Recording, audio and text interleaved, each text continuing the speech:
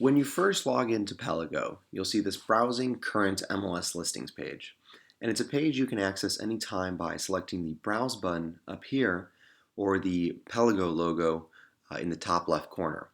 And when you get to the Browsing Current MLS Listings page, you'll see all the listings that are for sale through the lens of a flipper. And through the lens of the flipper, we mean that with every property, our algorithms estimate what the after repair value are and what some of the costs are going to be. And as a result, we estimate a potential profit that might be realized. And so right now what you see is all the properties for sale that have a filter of at least $0 profit. Now if we remove the filter by clicking on it, you'll see that every listing for sale now becomes shown. And most of these are not good deals. So by default, we have this $0 minimum profit. Now you can change this profit to anything you want. So if you only want to see bigger opportunities, you can put in a negative profit of, let's say, $30,000, and you'll see only the deals that have a $30,000 profit. You can also make this a negative number. So if you want to see some deals that might lose a little bit of money or that maybe our algorithm was a little off on and actually are good deals, you can do something like negative $10,000. And you see mostly green profitable deals and a couple of these gray non-profitable deals. Now the $0 ROI, in case you're wondering, that just means that it's closer to 0 than 1% or negative 1%. So that's where we get to the 0. Let's restart this and go to the $0 profit. Now some of the other filters that are interesting are the location filter. The location filter is a multi-location selection. So you can do things like Tacoma, Seattle, Bellevue, and anything that is for sale in any of these cities will then pop up as long as it also has this minimum profit of $0. So you can also do in a county, so like Snohomish County, and you can also do a zip code, like so. The next filter over here is the Caption Filter, and that's how much cash are you going to spend on this deal between all of the checks you write yourself. So right now this is a cash flip, so every cost is part of your cash in, including the purchase price of the property. But if you're using hard money, you can see these deals using finance flip. And then you see these ROIs go up, and that's because these are cash on cash ROIs, and they depend on how much cash you put in versus how much cash you take out. So when you're using hard money, generally speaking, you are putting in significantly less cash, so your ROI is higher even though you're incurring additional costs.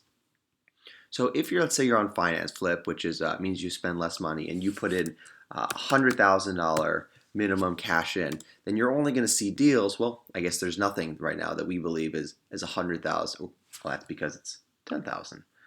Only put in 100,000.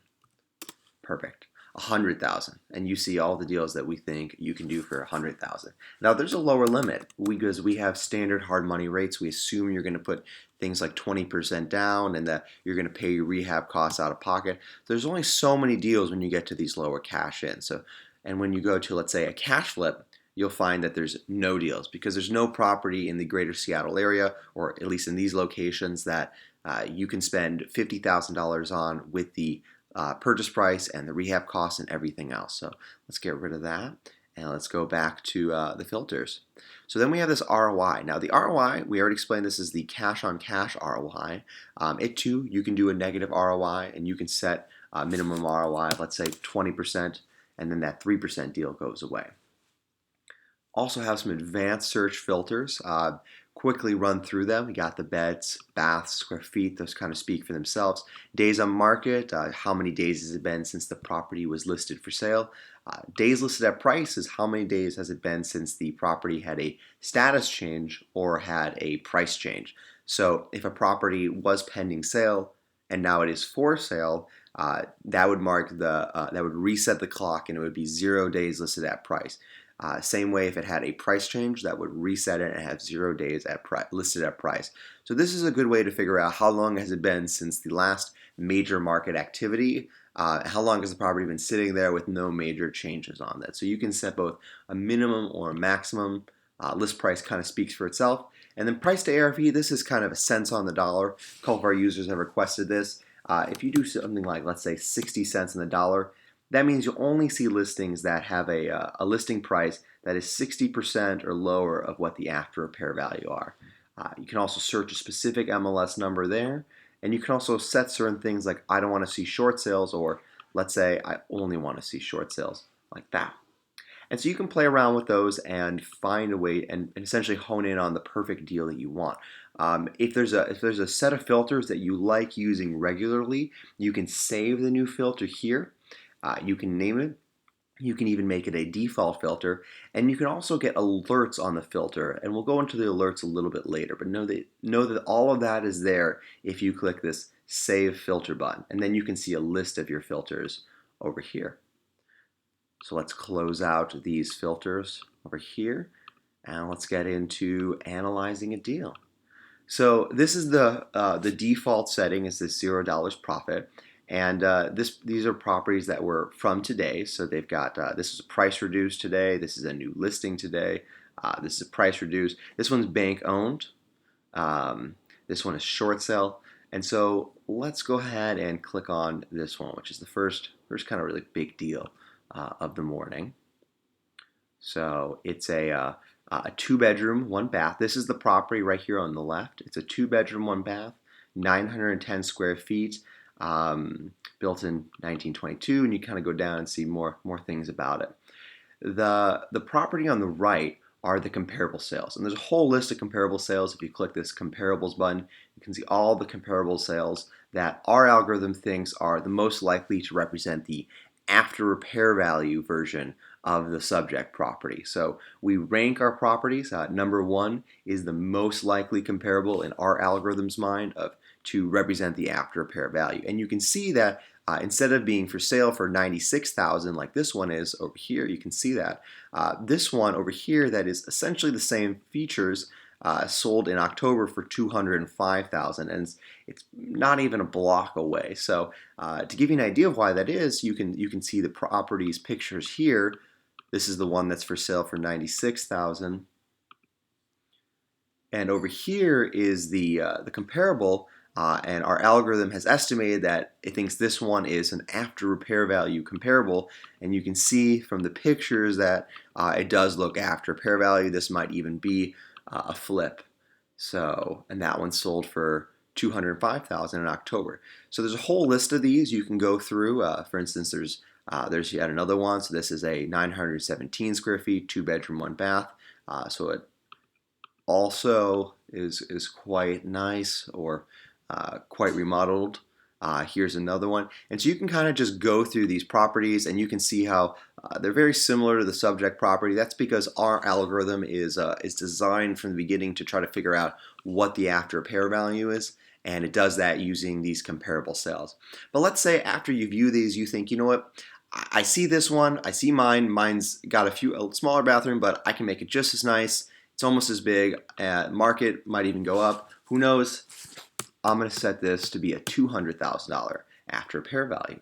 If you think you can get that, you can change that, or you can also make it lower. Whatever you want it to do, you'll notice that whatever number you put in, the numbers on the left automatically recalculate.